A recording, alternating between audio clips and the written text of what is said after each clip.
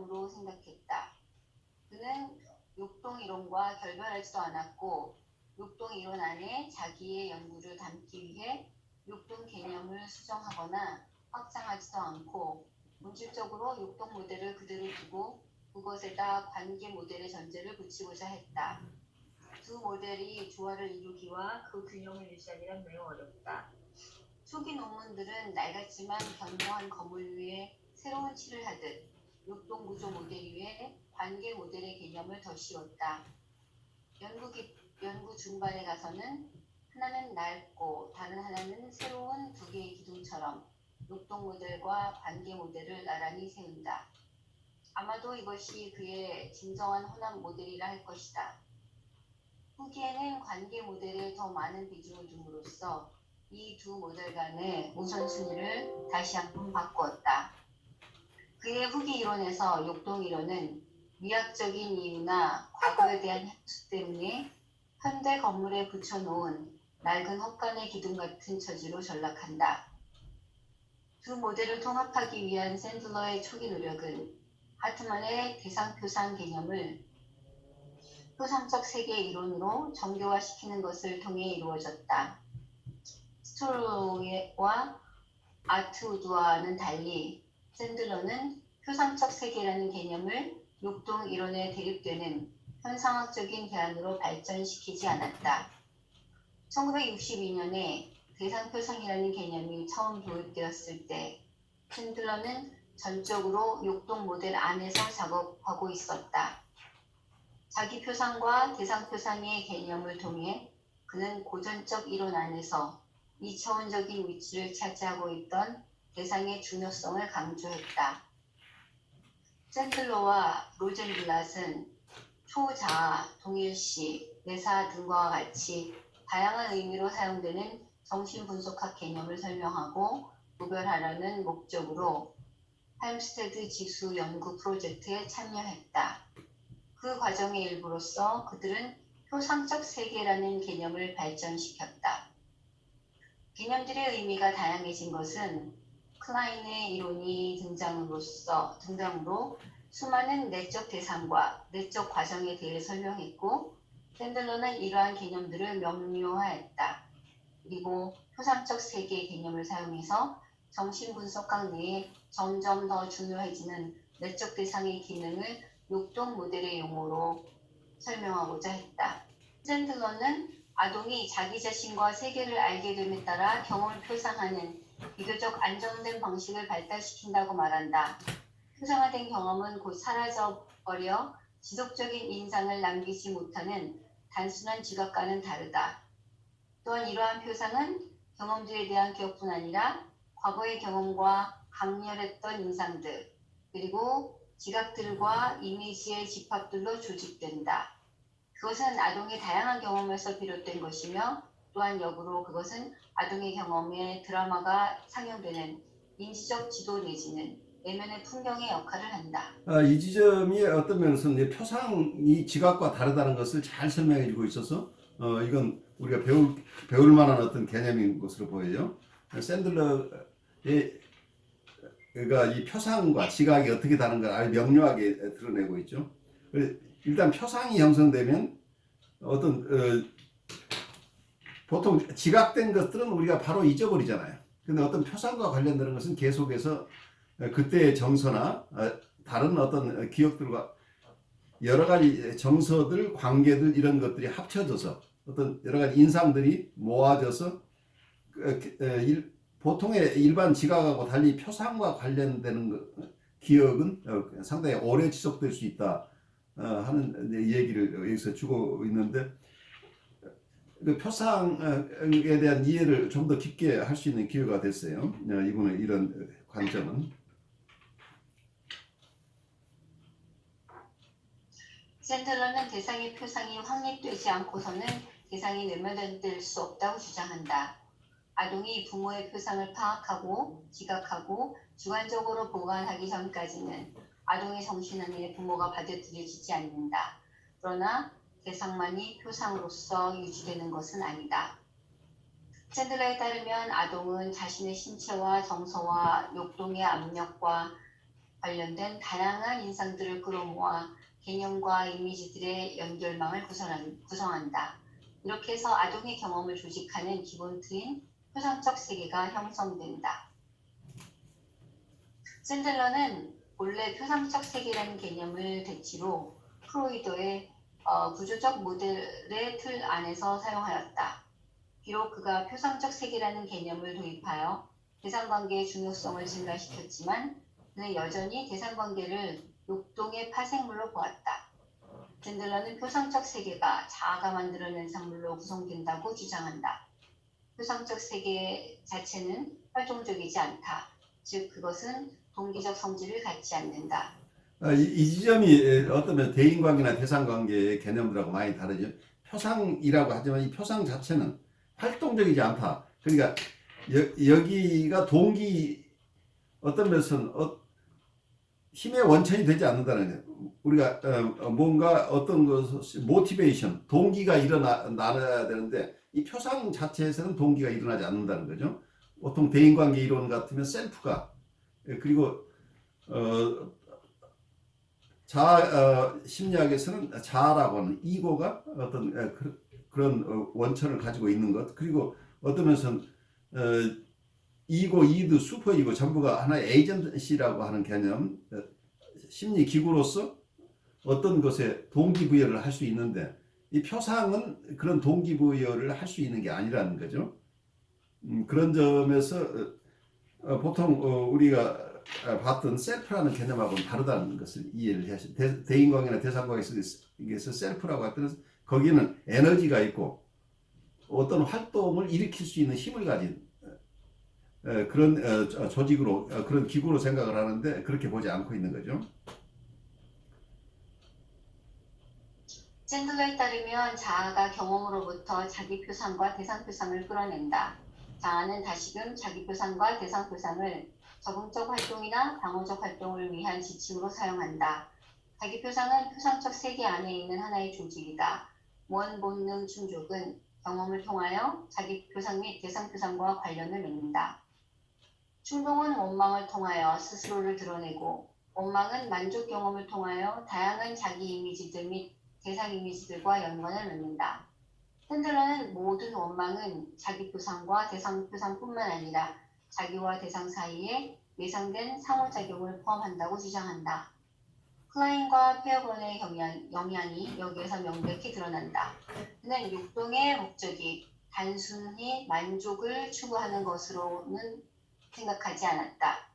모든 욕동의 목적은 원망을 통하여 만족을 추구하고 모든 원망은 상호작용을 원하는 자기와 타자의 환상을 가지고 있다.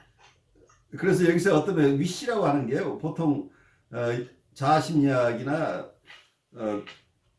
클래식한 사이코애널리시스 쪽에서는 소망이라는 건 결국은 드라이브에서 욕동에서부터 온다고 봤는데 그래서 욕동을 담고 있는 게 소망인데 여기서 소망, 원망이라고 할 때는 만족을 추구하지만 단순하게 욕동의 만족만을 얘기하지 않는다는 거죠. 거기에는 상호작용을 원하는 자기와 타자의 환상을 가지고 있다. 그래서 어떤 면에서 여기에서 원망이라고 하는 개념을 써서 이 원망 속에는 대상관계가 포함된다는 개념을 사용하고 있죠. 그래서 보통 우리가 소망이라고 할 때 역동이론에서 담고 있는 것은 드라이브만 담고 있는데 여기서는 관계까지를 포함시켜서 위시라고 봐버린 거죠. 욕망이라고 원망이라고 표시한 건 이 원망 속에는 우리의 바람 속에는 단순하게 우리의 욕동 충족, 성적 욕동이나 공격적 충동의 만족만을 바라는 소망이 있는 게 아니라 여기 자기와 타자 간의 관계에 대한 환상을 추구하는 것까지 다 포함된다는 거죠. 그 소망사에 내 친구하고 잘 지내고 싶고 내 이웃과 잘 지내고 싶다는 것까지도 이게 소망이라고 하는 거죠. 이건 단순하게 욕동만 가지고 설명할 수 없는 부분이다. 그래서 이걸 포함시키는 개념으로 사용했다. 이렇게 이해하면 좋겠어요. 대상관계는 욕동을 만족시키는 기능을 갖는다. 여기에서 만족은 단순히 신체적 긴장의 해소만이 아니라 환상적인 관계적 구성물, 즉 자기와 타자의 이미지들로 구성된 원망의 만족을 의미한다. 따라서 샌들러의 체계 안에서 욕동 만족은 본질적으로 대상관계적이다. 그는 일반적 대상의 추구와 욕구 충족적 대상의 추구는 본질적으로 같은 것이라고 간주한다. 1978년 샌들러는 욕동을 인간 동기의 유일한 원천으로 간주할 수 없으며 대상관계는 단순히 욕동 과정의 파생물로 생각할 수 없다고 주장하면서 갑자기 태도를 바꾸었다. 그는 대상관계를 대상에 대한 에너지, 리비도적 혹은 공격적인 에너지의 투자로 정의하는 욕동 이론이 지나치게 단순하며 부적절하다고 비판했다. 아동 발달을 관찰 연구한 말러, 유니캇 그리고 다른 정신분석적 연구자들의 연구 결과에 근거해서 그는 욕동 집중의 차원으로 대상관계의 일차성, 보편성, 다양성을 설명하는 것은 설득력 없는 시도라고 주장했다. 샌들러는 인간의 동기는 원망에 의해 유발되지만 원망은 전적으로 본능적 충동으로부터 파생되지 않는다고 주장한다. 만족을 추구하는 욕동적 원망은 보다 광범위한 일반적인 원망의 범주 안에 있는 하위 집단이라는 것이다. 샌들러는 정신 안에 있는 원망들 중 많은 부분이 비본능적인 동기에 의해 발생한다고 말한다. 욕동에 기반을 둔 원망이 내적인 자극에 의해 촉발되는 반면 다른 종류의 원망들은 외부 구조의 사건에 의해 혹은 욕동과 상관없는 내적 자극에 의해 발생한다. 프로이드가 욕동 구조 모델을 발달시키기 이전에 그 용어를 사용했던 것과 비슷하게 샌들러는 원망 개념을 막연하게 이해된 욕망이라는 의미로 사용한다. 여기서 원망 개념 자체를 굉장히 광범위하게 사용해버린 거죠. 아까 말씀드린 대로 이 원망이라고 하는 것을 아주 드라이브의 욕동에서 파생되는 것이라고 보지를 않고 욕동뿐만이 아니고 다른 곳에서도 여러 소스로부터 원망이 생겨난다. 이렇게 어떤 이 욕망 여기서 얘기하는 원망의 개념을 대폭 넓힘으로써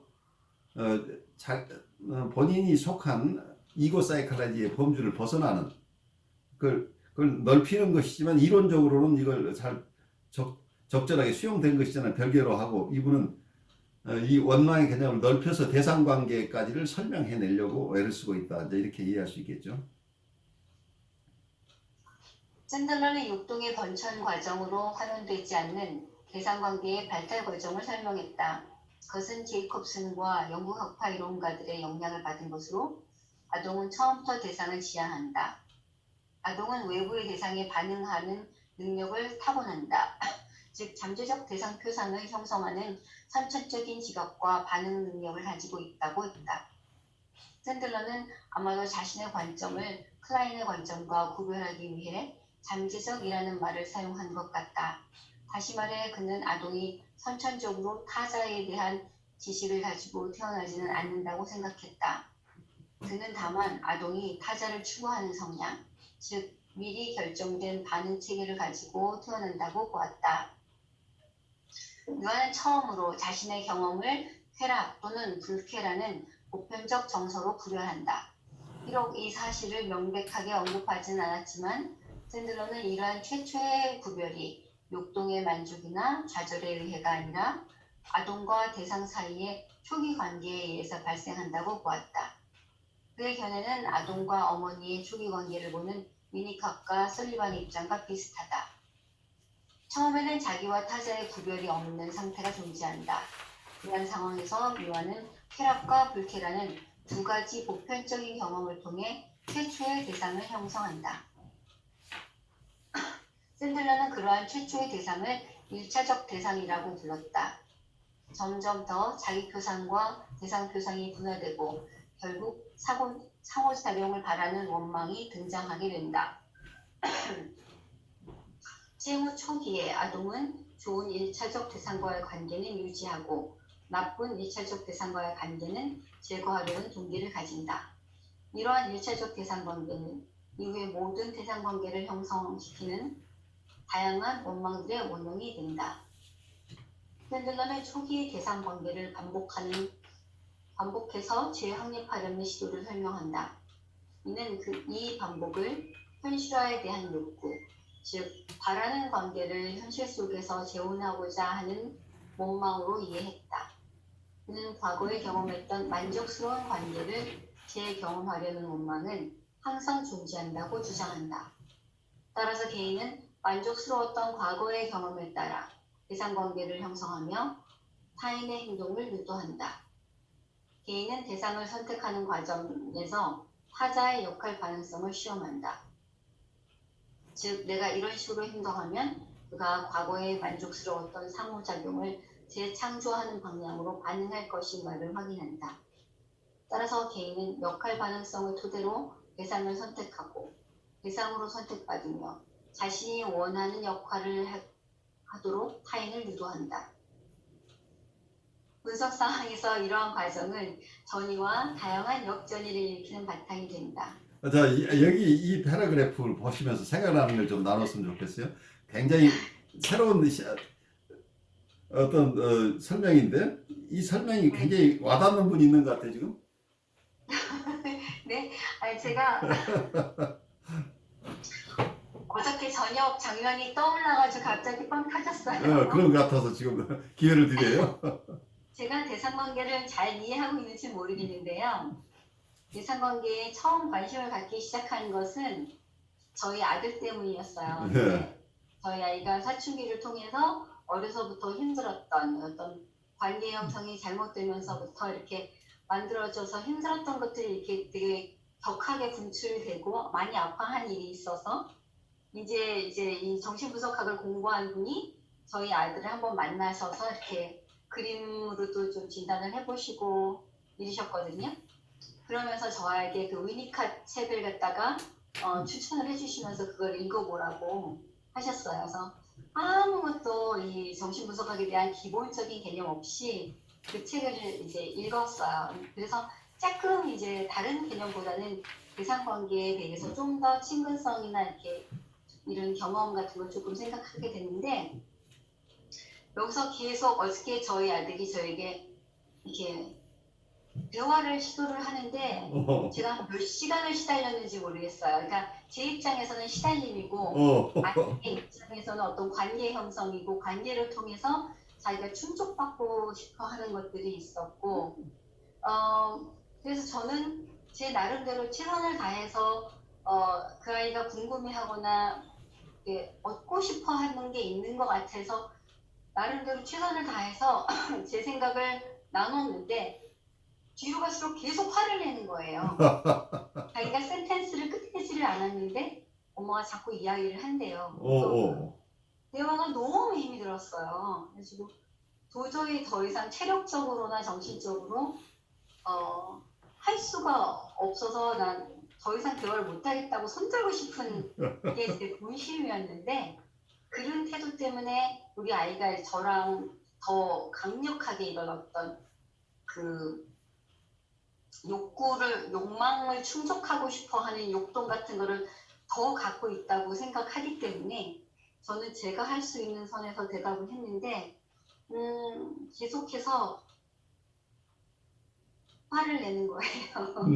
좋아요. 그러면서 이제 얘기가 가고 가다가 저는 이제 어쩔 수 없이 신앙적인 영성적인 접근으로 이야기를 하니까 얘는 그것도 싫고 그것도 화가 나는 거예요. 그래서 모르겠어요. 어떤 더 이상 얘기하고 싶지 않다라는 게 서로 표명이 조금 되면서 그런 에너지가 그 친구한테도 이렇게 전달이 되면서 마지막까지 대화를 잘 하면서 이제 라이프 코칭을 하는 사람들이 있는데 그런 사람들을 만나면 이 이야기를 자기가 도움을 받을 수 있지 않겠느냐 뭐 이런 얘기도 하는데 제가 느낀 것은 제가 아니라 어떤 사람이 대답을 해줘도 자기가 정말 원하는 대답이거나 그런 어떤 분위기, 자기를 더 지지한다든지 더 전폭적으로 이해한다든지 그래서 더 자기를 북도 준다든지 이런 게 아닌 이상이면 다 화를 낼 것 같아요. 그게 저 대화 세상이 아니라 제가 아니라 다른 누구라 하더라도 네. 이거에 대응해 줄 수 있는 분들은 우리 교수님이나 강 목사님이나 이런 분들이 이 친구하고 대화가 가능하지. 제가 내가 라이프 코칭 하는 사람들하고 같이 공부를 하고 있지만 내가 해줄 수 있는 이야기는 별로 없다 그러고 이제 숙제해야 된다 그러고 한 5시간 시달리다가 마무리를 하고서 대단한 체력을 하셨네. 네, 그래서 제가 이야기가 두서가 없지만 이 이야기를 읽을 때 그냥 그 장면들이 그대로 떠오르죠. 예. 어떻게 매치되는지는 잘 모르겠어요. 아주 매치가 되는 거죠. 그러니까 어쩌면 근데 한 가지 여쭤볼 볼게. 아드님에게 내가 라이프 코치라고 얘기하지 않고 내가 라이프 코치들하고 같이 공부한다고 했다는 게 조금 의아스러워요. 그러면서 이제 이 친구는 그거죠. 엄마도 다른 사람들의 상담을 약간 좀 들어주지 않느냐는 거예요. 그렇지. 그러니까 그 엄마가 상대해주는 대답은 요만한 바운드리 안에서 그 어떤 학업이나 페런팅이나 요 틀 안에서만 대답을 하지 아직은 어떤 인사이트를 갖고 있지 않기 때문에 그 영역까지는 할 수 있는 능력이 아직 없어. 그랬는데 또 화를 내는 거예요. 지금 그러니까 성의가 없다고 생각을 했는 건지 그러니까 뭐가 충족이 안 돼요. 그러니까 뭔가 굉장히 본인이 원하는 게 있는데 아직도 계속 엄마가 도망가는 것 같은 느낌이죠. 네. 그 저는 정말 최선을 다했거든요. 최선을 다했는데 얘가 어쩌면 내 슈퍼바이저라고 생각을 해보세요. 네. 아이는 여러 가지 힌트를 주고 있죠. 네. 내가 아직 얘기가 안 끝났는데 엄마가 얘기를 한다. 이게 우리의 불안을 컨테인해야 되는 순간들이 있는데 내가 이걸 컨테인 못하니까 얘 얘기를 내가 충분히 그 아이가 자기 얘기를 다 할 기회를 아직 잘 못 주고 있을 수도 있다는 얘기죠. 그래서 제가 나는 너와 일상 대화를 시작을 했고 유튜버에서 망치 아줌마가 한국 음식을 만드는 걸 미국 아이들이 많이 본다 이런 대화를 하다가 갑자기 불쑥 이렇게 대화가 들어와서 너가 이런 어떤 상담적이고 뭔가 잘 들어주면서 뭔가 분석해서 얘기해 주기를 바라는 그런 대화를 익스펙트 한 게 아니고 그냥 뭐 다른 유튜버들 얘기하다가 나오는 그냥 이런 일상 대화라고 생각을 했었다. 그랬더니 알았다. 그럼 다음부터는 내가 이런 걸로 상담을 하고 좀 얘기를 길게 나누고 좀 듣고 싶다고 말을 하고 얘기를 하겠다. it's good idea. 저한테 얘기를 해주더라고요. 그 굉장히 좋은 성과죠. 어쨌든 네. 서로의 얘기를 주고받을 수 있고 아이가 이해할 수 있게 됐잖아요. 그게 많이 힘드셨지만 그게 내가 애쓴 걸 아이가 알아요. 알지만 자기가 갖고 싶은 게 너무 지금 절실해서 엄마를 계속 코너로 먼 거죠. 그래서 제가 여기서 자신이 원하는 역할을 하도록 타인을 유도한다 하는데 그 녀석이 딱 떠올랐어요. 바로 그거죠. 저를 계속해서 뭔가 유도를 하고 그러니까 계속 이렇게 우리가 만약에 다른 사람 상담해 준다면 내 태도는 어땠을 것 같아요? 달랐겠죠. 근데 모르겠어요. 그래서 원래 가족은 제일 어렵다는 거예요. 네. 내 역전이 때문에 그래요.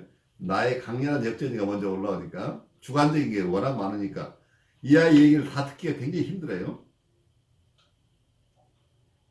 그러니까 얘기를 들어주는 것 같은데 내가 할 얘기가 내 소음이 먼저 많이 생기니까 얘기를 들어도 잘 들리지가 않는 거죠. 그러니까 아이 입장에서는 답답하죠. 왜 엄마는 내 얘기를 못 알아듣느냐고 이제 시비라는 거죠. 솔직히 말해서 별로 안 듣고 싶었어요. 바로 그, 네. 그 저항이 내 역전이 저항이라는 거죠. 내가 듣고 싶지 않다. 에너지가 너무 많이 들어가고 기가 다 빨려가지고 탈진했어요, 저. 고생하셨어요. 근데 아주 좋은 경험인데 보통 임상에서 아마 이 샌들러가 설명하고 있는 게 전이를 굉장히 알아듣게 설명하고 있는 거죠.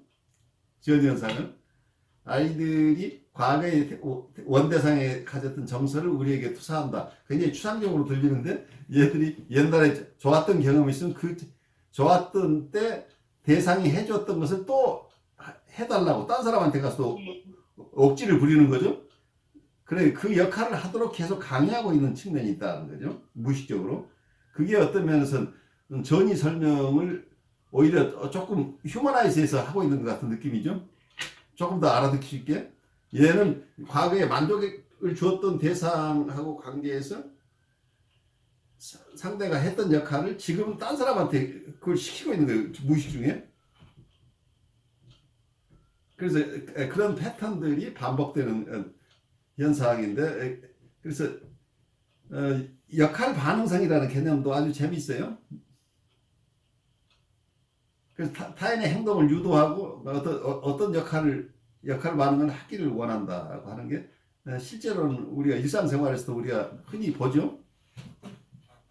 아마 부부간에도 어느 상황에서 어느 쪽에서 무슨 얘기를 하면 지금 뭘 어떻게 해달라는 거지 우리 알아듣잖아요. 이 역할 반응성이 그대로 우리가 이해할 수 있는 거죠.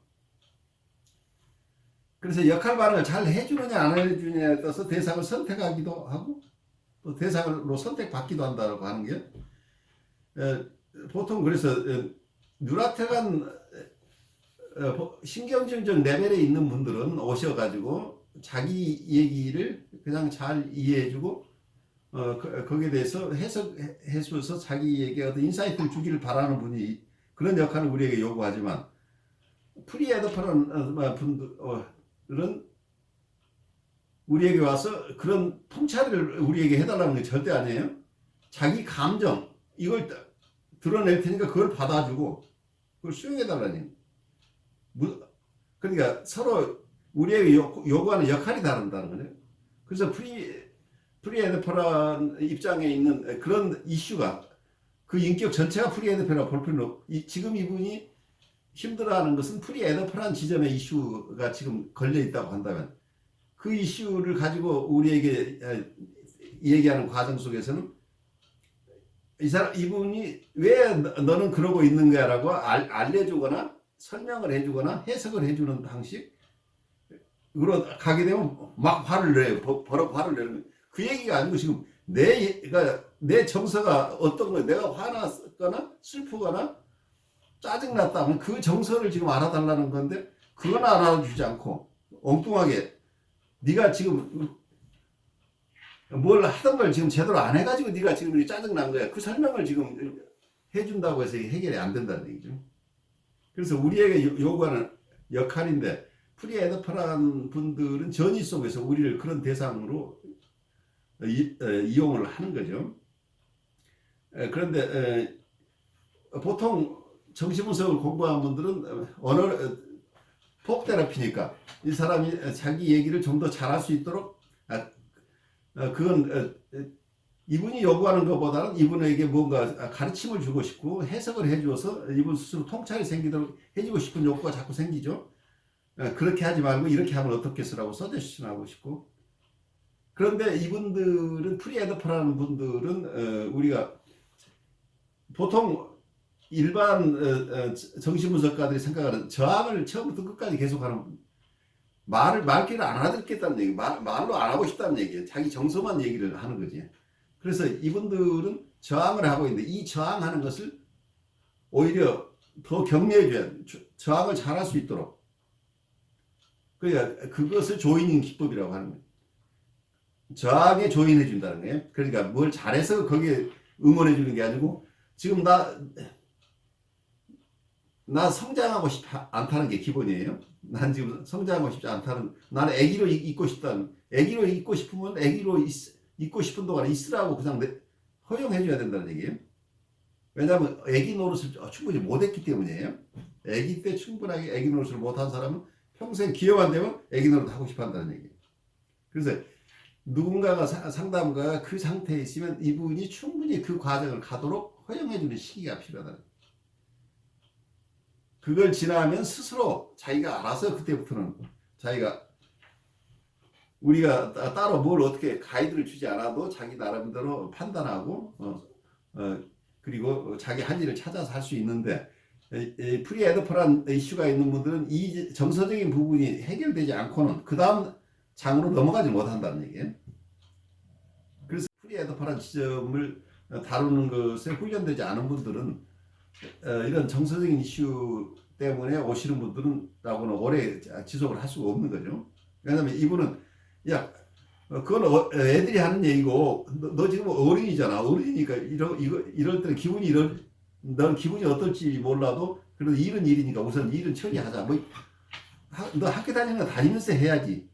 라고 이제 하기 시작하면 서로 커뮤니케이션이 안 되는 거죠. 그래요. 어떤 면은 이분이 여기서 아주 재미있는 인사이트를 우리에게 줬어요. 전의를 잘 이해하는 방법 그리고 역할 반응성이라는 게 얼마나 중요한가 하는 얘기를 우리에게 주고 있죠. 이런 것들이 전체 이론으로서 우리가 이분에게 수긍하느냐 안 하느냐를 떠나서 이런 관찰들이나 이런 이론들은 굉장히 많은 임상적인 경험이 녹아있고 이걸 독창적으로 소화한 결과죠. 그래서 이런 것들을 우리가 한번 들으면 굉장히 도움이 돼요. 샌들러는 만족했던 과거의 대상관계를 재경험하려는 시도가 인간의 꿈과 행동과 경험의 밑바닥에 깔려있다고 주장한다. 즉 꿈에서의 원망 충족은 욕동을 만족시킬 뿐만 아니라 과거의 경험을 현실화하는 지각의 동일성을 획득하는 것이다. 샌들러는 점점 더 초기 자기표상과 대상표상의 중요성을 강조했다. 그리고 초기 대상관계를 반복하는 장으로서의 현실에서 대인관계가 갖는 중요성을 강조했다. 샌들러는 이렇게 말한다. 우리는 개인이 자신의 의식적, 무의식적 원망들을 실현하는 은밀한 방식과 개인이 소망하는 환상 안에 내재된 대상관계를 고려해야 한다. 이 시기의 샌들러의 이론이야말로 진정한 의미의 혼합 모델이라고 할 수 있다. 그는 욕동을 인간 행동의 유일한 동기로 보는 생각에 도전했으며 관계적 욕구와 인간의 일체적인 동기이며 자체의 발달 과정을 가진다고 생각했다. 이제 욕동의 긴장은 원망이라기보다 일반적인 현상의 하위 범주로 취급된다.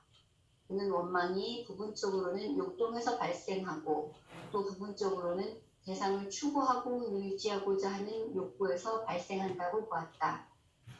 샌들러는 욕동 모델 전제와 관계 모델 전제를 같은 비율로 자신의 이론 안으로 끌어왔다. 그러나 이 시기에도 그의 이론적 경향은 욕동 과정보다 관계적 문제 쪽으로 기울어 있다는 인상을 남긴다. 샌들러는 개인이 대상관계를 통해 자신이 외부 세계와 연결되어 있다는 느낌을 얻는다고 주장한다. 그는 이러한 느낌을 정서적인 평정과 안정감을 유지하는 데 필수적인 요소로 보았다. 샌들러에 따르면 안전한 관계에 대한 이러한 욕구는 정신적 삶에서 상위 동기에서 작용한다. 안정된 관계에 대한 욕구는 쾌락 추구와 다른 욕구를 능가하는 정신의 일차적인 조절 원리이다. 정신기능의 가장 중요한 목표는 안전하다는 감각을 유지하는 것이다. 안정감에 대한 이러한 기본적인 욕구는 인정받고 싶어하는 욕구로 나타난다. 그것은 욕동 만족과는 상관없이 대상 관계에 의해서만 충족된다. 여기서 아까 상위 동기라는 얘기가 나왔는데 안전에 대한 욕구가 상위 동기라고 보고 있죠. 그러니까 일반 욕동의 만족보다 안전에 대한 욕구가 굉장히 크다는 이게 매슬로우의 얘기 속에 우리 모티베이션 티어리들이 있죠. 동기 이론이 우리의 가장 중요한 건 생리적인 만족, 그 뒤에는 안정감이라는 이런 개념이 있죠. 시큐리티나 세이프티가 그리고 가장 기본적인 욕구라는 얘기죠. 나중에는 가장 중요한 건 자기 성취의 욕구, 뭐 이제 이런 얘기가 어떤 욕구의 단계선을 얘기하고 있죠. 매슬로우가.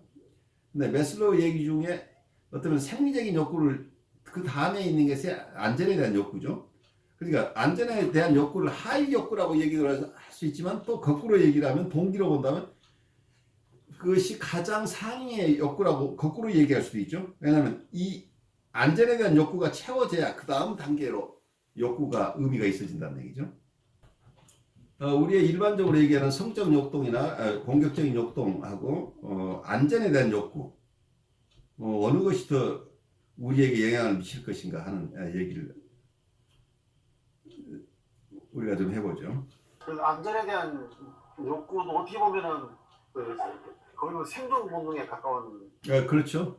그런 거 아니에요. 그러면은 사실은 어떻게 보면 생존 본능이 아무래도 가장 밑바닥에 깔리지 않을까 하는 그런 생각이 들고요. 근데 그 하위라든가 상위라든가 하는 것도 그것도 사실 좀 애매한 게 안전이라는 것을 어떻게 안전에 대한 욕구를 획득할 것이냐 아니면 충족시킬 것이냐라고 할 때 그냥 단순한 신체적인 활동뿐 아니라 정신적인 활동들 내지는 사회적인 활동도 나중에 되면 안전에 대한 욕구랑 굉장히 밀접한 관계가 있거든요. 그렇죠. 뒤에 가면 그런데 아동이 초기에서 안전의 욕구는 어디서부터 보장받나요? 결국은 그 안전에 대한 욕구는 관계에서 얻어간다고 초기에는 자기를 키워주는 부모 대상으로부터 안전이 보장돼야 되죠. 그래서 안전에 대한 욕구가 계속 남아 있다고 한다면 그건 우리 초기 대상 관계하고의 문제를 우리가 봐야 될 필요가 있어지겠죠. 그러니까 실제로 보면은 그 전에도 한번 말씀드렸었는데 우리 집에 애들 키우면서 첫째는 교회 어른들 이야기 들어가지고 우는 거 내버려 뒀더니 그 안 될 것 같아가지고 둘째 셋째는 우는 걸 잘 보살폈더니 지금 와가지고 시간이 지나니까 안전에 대한 불안감이 많은 애가 큰 애가 좀 많고 그 둘째나 셋째로 보면 그런 분들이 좀 안전에 대한 그런 불안감이 적다는 게 경험상 느껴지거든요. 그래서 그런지 꿈에서도 보면 항상 첫째는 어디 자꾸 없어져가지고 찾으러 다니고 재밌더라고요. 근데 누구의 꿈에 나타나나요? 아이들 꿈에? 아니요 아이 꿈이 아니라 어른 꿈에? 다른 어른 꿈에 나타나는 거예요. 그 부모 꿈에 아이가 그렇게 지금 마음속에 있는 거죠. 이 아이는 항상 잃어버릴 것 같은 두려움이죠. 그래서 이게 애가 우리한테 신호를 주는 건지 우리가 그냥 그렇게 생각하는 건지 근데 아무튼 간에 보면은 또 도움을 요청할 때 둘째나 셋째는 잘 요청하는데 첫째는 뭐냐면은 이야기해도 안 들어줄 거잖아요. 이 말을 먼저 꺼내고 시작하니까. 그래서 이게 어디서부터 이렇게 됐을까 생각해 보면은 가장 초기에부터 뭔가 그 뭐 패턴이라고 하면은 뭔가가 자리 잡아버린 무언가가 있는데 그래서 그걸 우리가 네가 이야기하는 걸 들어준다 하는 거를 회복시켜 나가는데 그 걸렸던 시간이 거의 한 3년 정도? 한 3년 정도 지나니까 아이가 이제는 엄마 아빠가 내 얘기를 들어주는구나 하고 자기가 그때부터 어떻게 바뀌냐면은 안 하던 짓을 하는 게 뭐냐면 와서 자꾸 안 뛴다는 거예요. 바로 그러니까 사랑에 대한 욕구는 이 안전에 대한 욕구가 채워지고 나서 드러난다는 얘기죠. 그렇게 그러니까 사랑의 욕구가 상위 욕구라고 할 수 있지만 강도로 본다면 제가 봐서는 매슬로우의 어떤 그 단계 중에 밑에 있는 단계가 하위의 욕구인 것 같지만 사실은 강도로 봐서는 가장 강한 욕구라고 저는 봐요. 그러니까 안전에 대한 욕구가 채워지지 않고는 그 다음 단계의 욕구들은 거기까지 갈 틈이 없는 거예요. 우리가 배고픈 사람이 문화생활을 할 수가 없잖아요. 배고픈 사람은 극장표를 10장을 가져다 줘도 거들떠보지 않아요. 우선 먹는 게 해결이 돼야 되니까. 그래서 어떤 욕구의 단계라고 하는 것이 굉장히 의미 있는 얘기죠. 어느 단계에서 어느 게 더 베이직한 거다 하는 얘기죠. 그래서 어쩌면 우리가 임상에서도 어떤 분들은 안전에 대한 욕구도 있고 사랑받고 싶은 욕구도 있고 여러 가지가 있지만 뉴라틱한 것하고 프리에더프라는 것이 겹쳐지는 지점에서는 프리에더프라는 지점 문제가 더 강렬하다는 것을 이해를 해야죠. 그 지점 경우에 따라서는 이 프리에더프라는 지점보다는 뉴라틱한 이슈 가지고 우리가 도와주기도 하지만 어느 지점에 가면 같은 인격인데 프리에더프라는 지점에 있는 이슈들이 튀어나올 때는 이전에 뉴라틱한 선언에서 상당히 진전된 얘기들 뭔가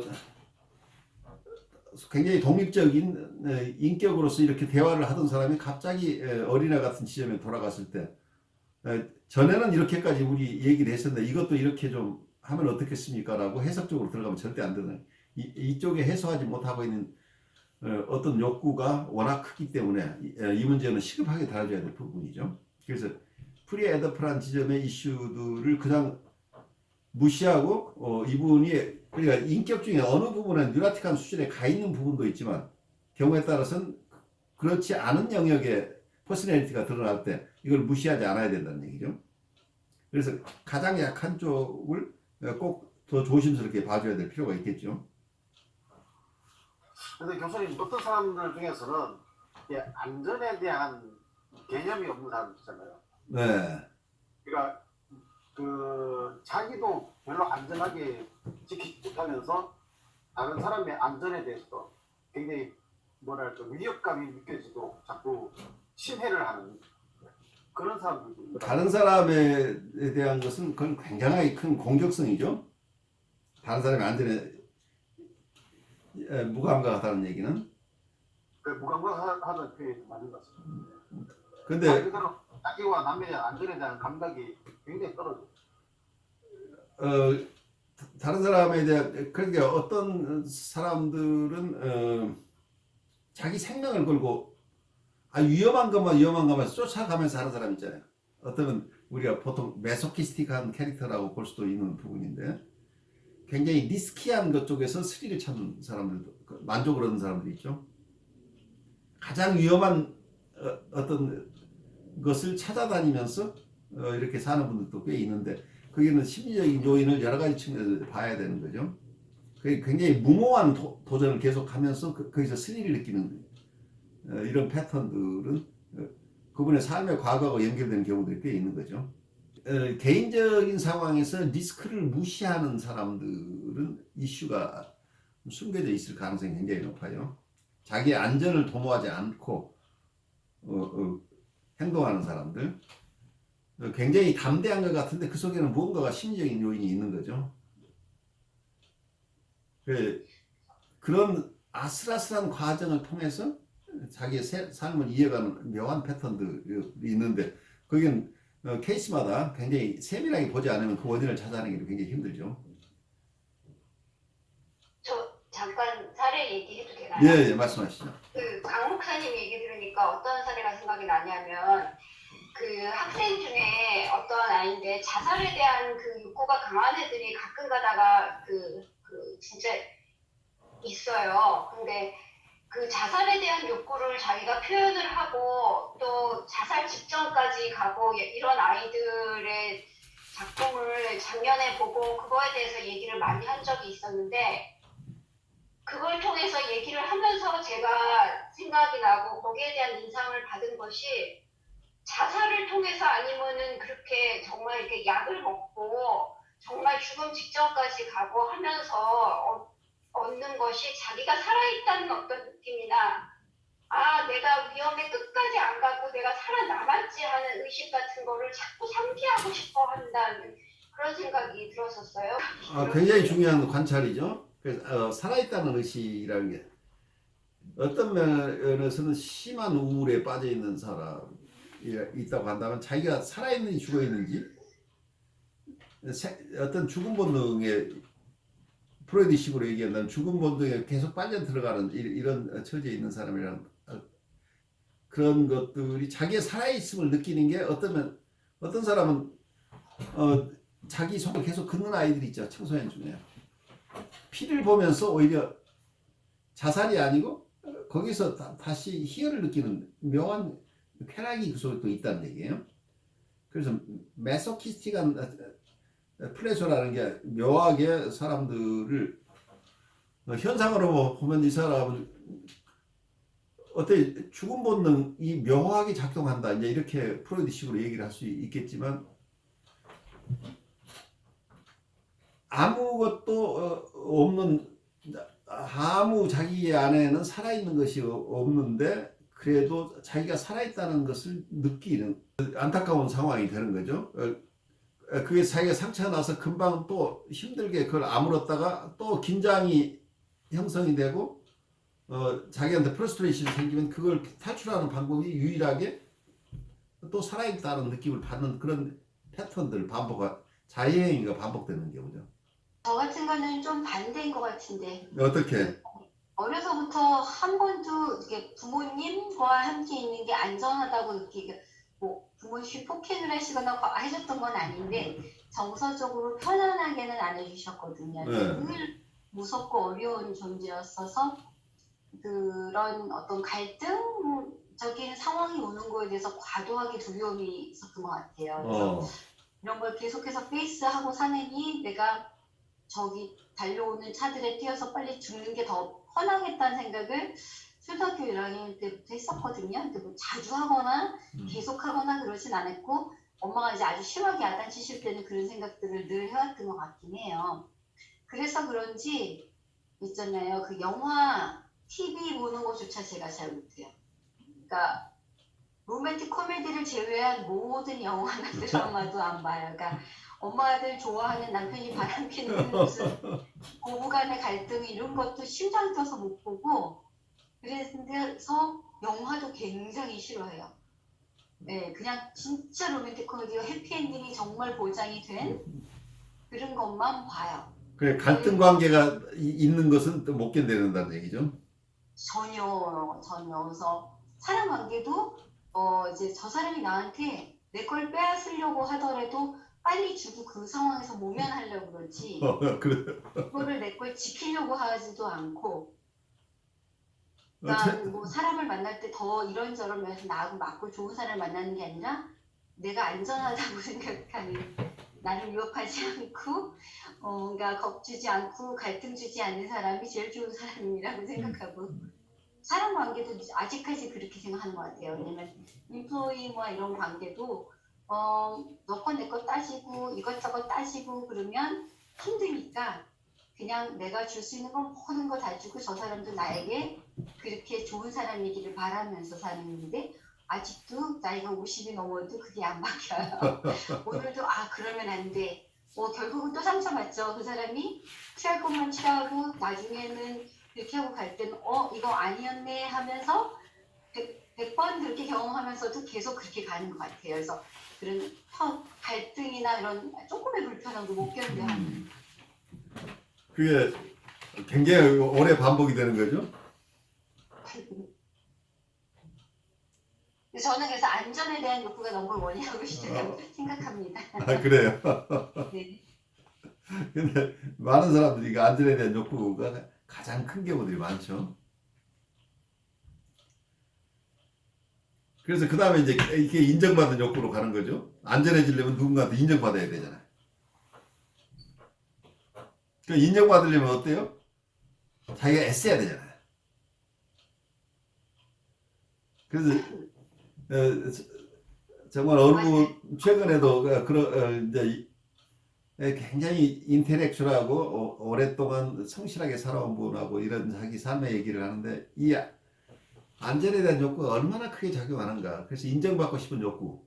이게 자기가 험난한 삶 속에서 남들에게 무시당하다고 하는 것은 자기가 안전하지 않다는 거니까 남의 눈에 드는 사람, 남이 봐서 저 사람 괜찮은 사람이야 라는 평가를 받기 위해서 얼마나 피눈물 나게 고생해 왔는 거예요.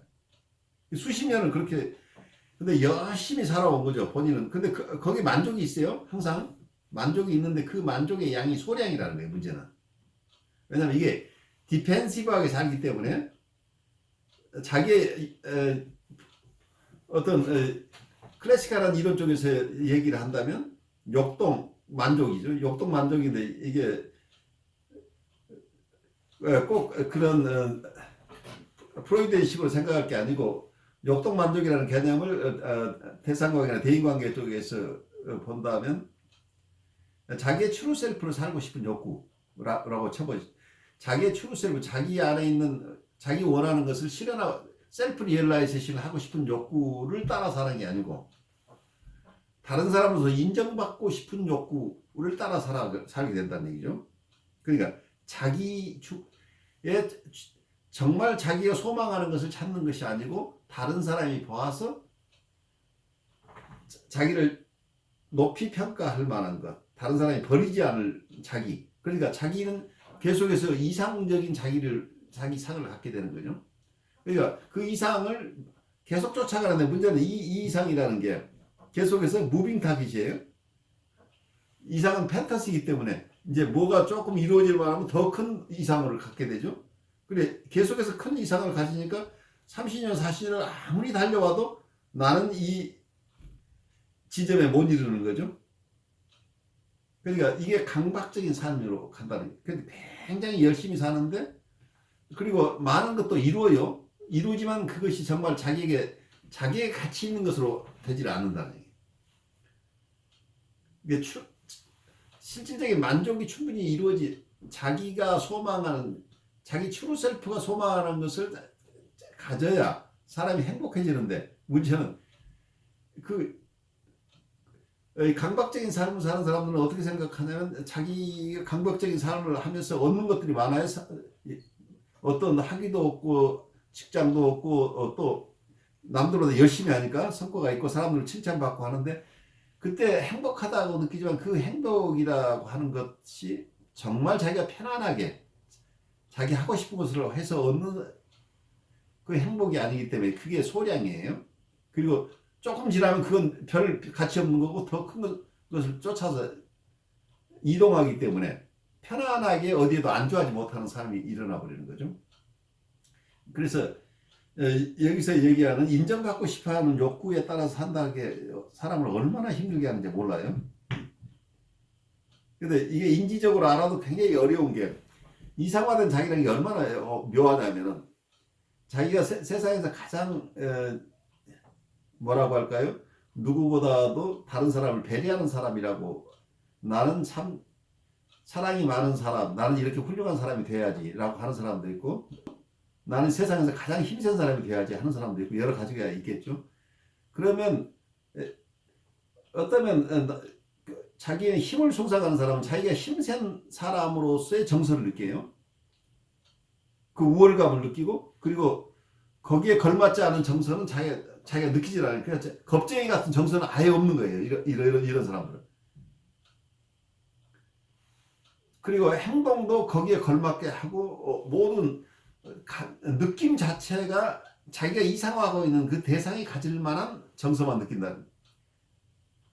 그래서 자기는 세상에서 가장 자비로운 사람이 되고 싶어라는 소망을 가진 사람이 있다고 한다면 실제로는 자기가 대접받지 못해서 화나는 공격적인 정서도 많고 분노도 있고 미워함도 있지만 이분은 미워함이나 공격성을 하나도 못 느낀다는 얘기예요.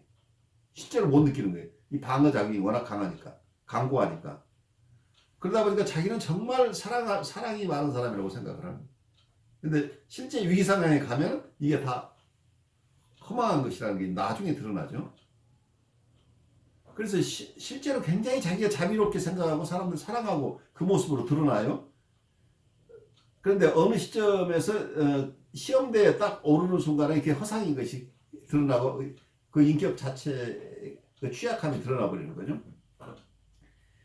그래서 자기가 자기라고 알고 있는 자기가 아니라는 것을 깨닫는 시기가 빨라져야 되는데 이것을 평생 살고도 못 깨닫는 사람도 있고 어떤 럭키한 사람은 40대, 50대에 깨닫는 거고 그걸 못 깨치면 평생 자기가 아니라 남들이 너는 이런 사람이 됐으면 너는 참 이런 사람이야 라고 하는 그 허상을 쫓아서 평생 살아버리는 그런 사람들도 얼마든지 있겠죠. 여기에서 어떤 인정받고 싶은 욕구, 안전함의 욕구하고 관련돼서 이제 이런 얘기들을 하게 되는데 여러분들 나눌 게 있으면 조금 더 나오죠 여기서. 저는 구체적인 사례는 아니지만 그게 제가 요새 굉장히 크게 생각하고 굉장히 제가 많이 생각하는 부분이라서 교수님 말씀이 정말 와닿았었거든요. 그러니까 주변 사람의 사례를 보고 제가 맞고 틀리고 이런 걸 평가하는 건 아니고 제가 이제 나이가 들면서 뭘 추구해야 될까라는 그런 점을 볼 때 정말 중심점이 남의 평가에 있거나 남한테 인정받는다는 게 어떻게 보면은 굉장히 우리 삶을 통해서 중요한 지점이긴 한데 중시점이 나 안에 있지 않고 그런 점에 기댈 때 얼마나 나중에 노년에 또 불행해질 수도 있고 이게 허울뿐일 수도 있지 않을까 하는 점도 제가 생각이 들고요. 어떻게 보면은 또 좋은 사람 컴플렉스 뭐 이런 것도 그렇죠. 있을 수가 있잖아요. 바로 그거예요. 예. 예. 예, 제가 특히 작년, 재작년에 무슨 어떤 계기가 특별히 있지 않았는데, 아, 내가 반드시 좋은 사람이라는 얘기를 들을 필요는 없겠다는 생각을 굉장히 많이 한 게 있었어요. 특히 작년에. 네. 그러니까, 예, 싫다는 소리를 내가 할 수 있고, 내가 원하는 것, 이런 것을 또 바라볼 수 있고, 이런 게 내가 정말 중요한 것이지, 다른 사람한테 어떤 평가를 받는다는 것 자체가 내 삶을 이렇게 좌지우지 한다는 게 그렇게 중요한 게 아니구나라는 생각을 한 적이 있어가지고 지금 교수님 말씀이 굉장히 저는 와닿는 얘기거든요. 그리고 중요한 얘기 같아요. 그래요. 그게 참 쉽지 않아요. 어느 분이나 이게 다 완벽하게 자기 삶을 살아내지 못하는데 정도 문제예요.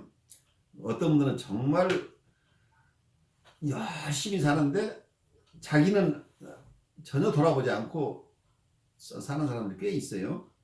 그리고 그것이 자기가 바르게 산다고 또 느껴요. 그리고 다른 사람은 이기적이라고 생각을 해버려요. 또 그렇게 되면서. 균형 있는 삶을 사는 것 자체를 무시하는 거죠. 그렇게 되면.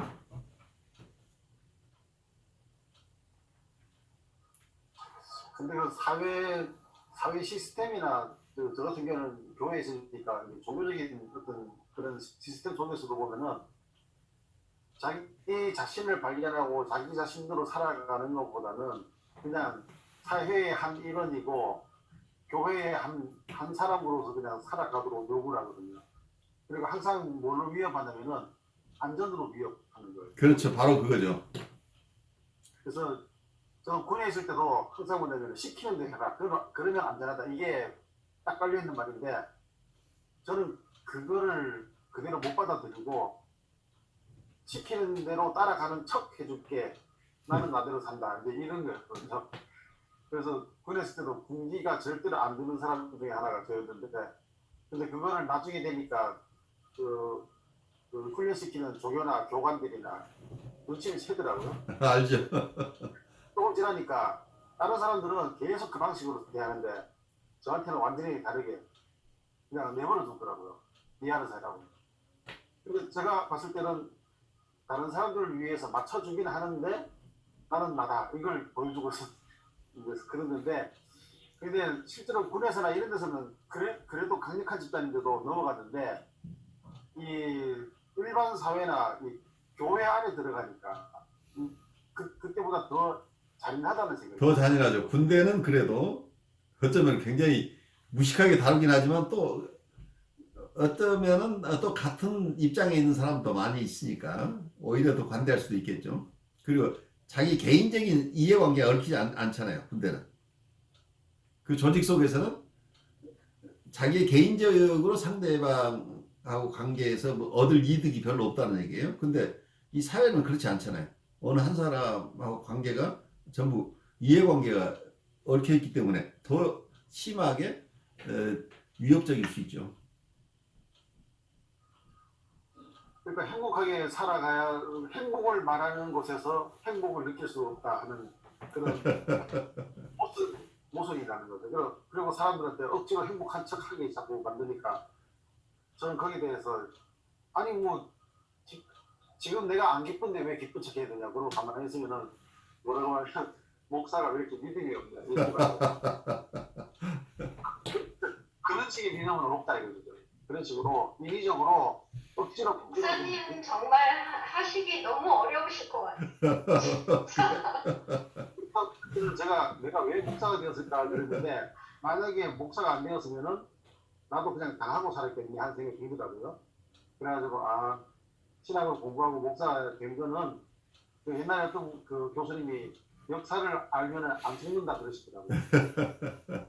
그래서 속 빨고 살자 그런 생각이 드는데 어떤 면에서 보면은 그 고민스러운 게 뭐냐면은 일반 사람들에게 그 예수의 말씀처럼 진리를 알지니 진리가 너희를 자유케 하리라 할 것처럼 진리를 알게 해야 되는지 아니면 그 진리를 알게 하면서 가지고 있는 건강한 환상까지도 뺏어버리는지 그거는 제가 아직까지 계속 고민하는 부분 중 하나입니다.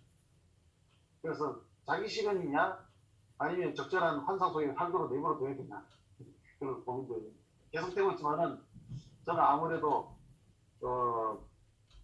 자유를 향해 나가는 사람입니다. 그래요. 근데 어떤 환상이라고 하는 것은 자기 실현에서 가장 귀중한 엘리먼트일 수 있죠. 그러니까 사람이 환상을 뺏어버린다고 한다면 그 사람은 살아갈 수 없게 되버리죠.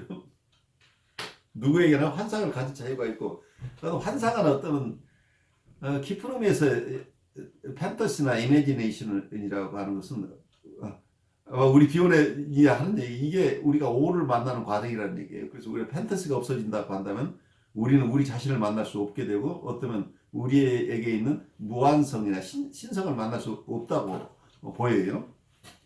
그래서 어쩌면 프리미티브 띵킹이라는 개념으로 판타지를 정신분석적으로 보기도 하지만, 또 다른 쪽에서 본다면 우리의 오를 아니면 우리의 트루 셀프를 만나는 건 판타지를 통해서 만난다 하는 그런 판타지의 기능을 우리가 조금 더 잘 봐야 되지 않을까 싶어요. 그래서 어느 누구에게 판타지를 뺏어버린다고 한다면 그 사람이 자유인임을 이미 그 사람은 독자적인 인격으로 살아갈 수 없게 되버리죠. 만약에 판타지마저 없어진다면. 근데 어떨 때 보면은 이제 그게 판타지가 건강한 판타지가 아니라 병리적인 판타지는 이제 정말 어렵죠 또. 자기 이상화의 판타지 있는 사람들한테 그게 아니라고 말하는 순간 가지고 있어야 될 판타지까지 다 없어져 버리는 거죠. 그게 위험하다. 그러니까 그분들이 아까 얘기한 프리에더퍼런 레벨에 있는 사람들이에요. 그것은 본인이 나중에 스스로 내려놓을 때까지 보호해줘야 돼요. 그래서 어떤 분은 말 그대로 이제 이 세상을 떠날 때까지 그걸 가지고 있으니까 그냥 할 수 없이 그냥 어쩌면 자기 이상화도 어떨 때는 할 수 없이 내버려 두는 때가 있는 것 같더라고요. 그럼요. 그거 어쩔 수 없어요. 왜냐하면 그걸 빼앗으면서 이 사람이 지탱할 힘이 없다고 한다면 그걸 뺏으면 안 돼요. 큰일 나죠.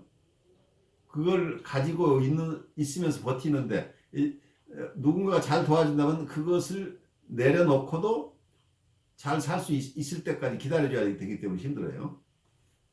샌들러는 이렇게 말한다. 개인은 환경과의 상호작용을 통해 지속적으로 특별한 만족을 얻으며 정신적 영양분을 공급받는다. 이러한 영양분에 대한 욕구, 즉 인정과 지시에 대한 욕구는 자신의 안정감을 유지하기 위해 지속적으로 충족되어야 한다. 타자와의 관계에서 만성적 불안을 느끼는 사람에게 있어서 인정받고자 하는 욕구는 중요한 동기가 된다. 현실 관계에서 충분히 인정을 받지 못한 사람들은 종종 과거의 대상관계를 재확립하려는 위장된 행동을 하게 된다. 이러한 그들의 행동은 대부분 강박적이고 병리적이다. 그래서 여기서 우리가 중요한 것은 이런 지지나 안정을 얻고자 하는 인정받고 지지받고 싶어하는 욕구는 어떤 면에서 평생 간다는 것도 아주 귀중한 인사이트예요. 병리적인 사람들이 지나쳐서 어떤 면은 주어지지 않기 때문에 과거로 퇴행해서 더 많은 것을 얻으려고 하는 이 병리적인 현상도 있지만, 건강한 사람들도 적절한 지지와 인정이 계속 필요하다는. 그러니까 이건 우리가 밥을 먹는 것하고 같아요. 우리가 밥 먹고 그리고 수십 년째 먹고 있는데 밥을 과거에 먹었으니까 다시 안 먹어도 된다 이런 게 아니죠. 샌들러는 안정감과 자존감에 대한 욕구가 1차적인 조절 기능을 담당한다고 주장한다. 그럼으로써 그는 관계적 욕구를 욕동에서 비롯된 욕구로부터 독립적인 것으로 보았으며 1차적으로 안정감을 얻는 데 중요성을 두었다. 안정감은 인간의 가장 주된 관심사이기 때문이다. 최근의 연구에서 샌들러는 자신의 관계 모델 쪽으로 방향을 전환했음을 더욱 명시적으로 표현했다. 안전하다는 감정을 유지하려는 욕구는 무엇보다도 강력하다. 안정감이나 행복감을 느끼기 위해서라면 즉각적인 성애적 만족을 추구하는 충동도 포기될 수 있다. 때문에 나는 본능적 욕동의 토대 위에 세워진 심리학이 아니라 감정 상태의 통제와 관련된 동기의 심리학이 필요하다고 믿는다. 여기서 아주 재밌는 얘기가 나오죠. 안정감이나 행복감을 느끼기 위해서라면 성적 욕동이나 공격적 욕동도 내려놓을 수 있다는 거죠. 그래서 여기서 행복이라는 용어가 들어가 있죠. 보통 정신분석가들이 쓰지 않는 용어가 속에 끼어 들어가 있죠. 그 어떤 면은 인터퍼스널한 쪽에 이론가들이 하는 얘기 비슷한 게 이 속에 들어가 있는 거죠. 그래서 보통 역동 이론가들이 하지 않던 얘기가 이 속에 끼어 있는 걸 여러분들 이해할 거예요. 샌들러는 육동 모델의 전제와 관계 모델의 전제를 두 기둥으로 삼아 자신의 정신분석학 이론이라는 건물을 세우려 했던 애초의 시도를 포기한 것처럼 보인다. 비록 그가 육동 모델의 용어와 개념을 드러내놓고 거부하지는 않았지만 그의 이론은 관계구조 이론 쪽으로 기울었다. 조셉 샌들러는 정신분석학사에서 가장 섬세하고 포괄적인 종합자 중의 하나로 정신분석학의 이론과 시효법을 명확하고 설득력 있게 통합해냈다. 그는 영국 학파처럼 타자의 관계에 2차적인 중요성을 두었다. 페어번처럼 그는 상호작용을 바라는 원망 안에 자기와 표상 대상이 결합되어 있음을 지적했다. 설리번처럼 그는 사람들 사이에서 일어나는 사건과 교류를 강조했다. 그리고 개인이 그러한 교류 안에서 자신이 원하는 역할을 수행하도록 타인을 유도한다고 사실을 지적했다. 클라인과 페어번은 주로 환상을 연구했고 샌들러는 주로 현실의 사건에 관심을 둔 반면 샌들러는 현실과의 교류를 무의식적인 환상에 대한 가설과 초기 대상 관계를 반복하고자 하는 욕구라는 개념을 사용하여 설명했다. 샌들러는 훌륭한 종합자임에도 불구하고 욕동 구조 모델과 관계 구조 모델을 동등하게 결합하려는 시도에서는 실패했다. 따라서 그의 혼합 모델은 오랫동안 지속될 수 없었다. 코어처럼 진정한 혼합 모델을 이루고자 했던 그의 노력은 실패로 돌아갔다. 이러한 코어과 샌들러의 실패는 욕동 구조 모델과 관계 구조 모델이 근본적으로 양립 불가능하다는 사실을 암시한다. 그래요. 수고 많으셨어요. 근데 샌들러의 혼합 모델을 들으시면서 여러분들이 남는 게 꽤 있을 것 같아요. 그러니까 너무 이론적인 측면에서 보지 마세요. 어차피 이 이론은 다 관계 이론과 역동 이론, 관계 구조 이론과 역동 구조 이론 이 두 가지를 합치려고 하다 보니까 우리가 다 듣는 얘기들이에요. 듣는 얘기를 각각 종합하는 과정 속에서 관계 이론에 어느 정도 비중을 두어서 역동 이론하고 같이 섞느냐는. 그래서 이론 쪽에서는 우리가 크게 뭐 새로운 것은 없을 거예요. 그렇지만 이 속에 담겨 있는 인사이트들은 어떤 실제 사람을 돕는 과정에서 생기는 인사이트들은 우리에게 굉장히 파워풀하죠 지금. 그러니까 어느 이론으로 초심약을 가지고 가느냐하고는 별개로 그 임상가 혹은 그 학자가 자기 나름대로 사람들을 돌아온 그 백그라운드에서 오는 어떤 훈훈한 휴머니스틱한 냄새가 이분들의 이론 속에 함께 포함되어 있다고 보여요. 그래서 이분이 체득한 인간에 대한 이해가 여러분에게도 도움이 되지 않을까 하는 생각을 해봐요. 네. 제가 동영상에서 아드님 얘기는 빼야 되겠죠? 뭐 괜찮은 것 같습니다. 괜찮아요? 오케이. 그럼 좋아요. 네. 어떤 분들은 본인 얘기 나가는 거 굉장히 싫어하니까 여쭤봤어요.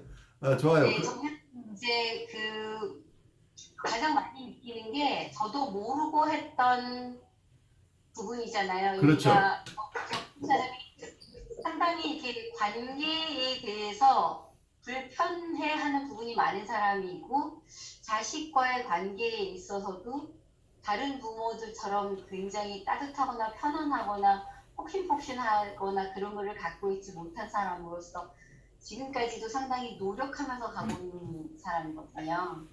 근데 저만 그런 게 아니라 저처럼 키워졌거나 저 비슷하신 분들도 꽤 많다는 거를 제가 봐요. 굉장히 많죠? 그래서 이제 내가 이렇게 했기 때문에 이만큼 힘들었고 그렇기 때문에 이렇게 하면 안 되는 거야 라고 막 얘기를 굉장히 많이 해드리거든요.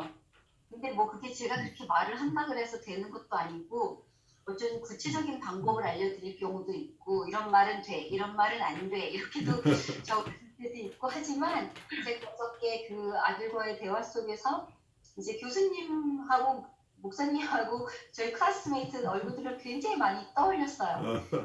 딸이 이분들이 앉아 계셨으면 뭐라고 다르게 하셨을 것 같은데 안 떠올라요. 그러니까 네, 그래서 조금이라도 뭐 들으시고 도움이 되시는 분이 있다면 저는 그래요. 얼마나 아주 귀한 뜻이에요. 그래서 사실은 우리가 고생하는 것은 비슷한 고생을 하시는 분이 굉장히 많아요. 네, 그래서 사실은 우리가 조금 드러내기 어떨 때는 좀 민망한 경우도 있긴 하지만 우리 얘기들 그리고 우리 수업에서 우리가 또 엉뚱한 얘기도 하고 그렇지만 그런 덜된 모습일지라도 사람들에게 도움이 되는 경우들이 많으니까 우리가 조금 더 계속 나눠 가보죠. 저는 질문인데요. 아까 제가 운전하고 오면서 잠시 들어갔고 제가 또 더 이해를 더 못했던 것 같은데 그러면 지금 이 사람이 말하는 표상이라는 것이 에너지가 없는 자기와는 다른 어떤 것이라 그러니까 그러잖아요. 어떤 그건 자 안에 있는 대상 표상 이나 대상 표상 혹은 어떤 경우는 자기 표상 이런 개념이죠. 표상이라는 개념은 그러니까 이고 사이콜로지 안에서 이걸 소화해내기 때문에 이고의 일부를 구성한다고 보는 거죠. 그러니까 이고라는 게 하나의 에이전시죠. 하나의 심리 기구니까 이고가 무엇을 영향을 미칠 수는 있지만 이 표상 자체가 무슨 힘을 가진 것은 아닌 것처럼 이론 구성이 된다는 얘기죠. 그건 표상이기 때문에 거기에 표상이 좀 더 구체화돼서 여러 가지 경험들이 거기에 섞여서 아주 독특한 어떤 표상, 쉽게 잊어버리지 않을 어떤 그런 자기 표상이나 대상 표상들이 생겨나긴 하지만 그렇다고 그거 자체가 독립적인 어떤 동기를 가지고 행동을 하거나 그런 것은 아니라는 얘기죠. 근데 보통 대인관계 쪽에서는 셀프가 에너지를 가지고 자기가 셀프 리얼라이제이션이라고 하는 얘기를 하죠. 자기 실현을 해나간다고 하는 거예요. 그래서 주인이 셀프란 얘기예요. 근데 여기서는 샌들러가 얘기하는 자기 표상이라는 셀프 레프레젠테이션이라고 하는 것은 하나의 그런 모티베이션을 부여하는 그런 만한 에이전시가 아니라는 얘기죠. 독립된 정신기구로서의 기능을 하지 않는다는 거죠. 그렇지만 이런 표상이라는 거가 자기라는 개념을 소환하는 방법을 이고 사이콜로지 쪽의 방법으로는 대상 표상과 비슷한 것으로 마찬가지로 자기의 여러 가지 이미지들이 전부 합쳐져서 자기 표상이 된다. 이제 이런 개념으로 사용하고 있는 거죠. 그러니까 무슨 작용을 할 만한 힘은 없지만 그렇죠. 그냥 그 거울에 비치듯이 맺혀진 상 정도의 그런 그렇죠. 그렇지만 역할이라고 보면 되는. 예, 그런데 이제 그걸 이론을 이미지는 그런데 실제로는 대상관계를 굉장히 중요하게 끌고 갔기 때문에 그 개념하고는 달리 실제로는 대상관계를 굉장히 중요하게 여기고 있어요. 그래서 이론 구성상 표상이라고 할 때는 표상이라고 하는 것은 하나의 그림자란 말이에요. 마음속에 어떤 이미지일 뿐이죠. 그 이미지 자체가 살아있는 대상인 것처럼 느껴지진 않죠.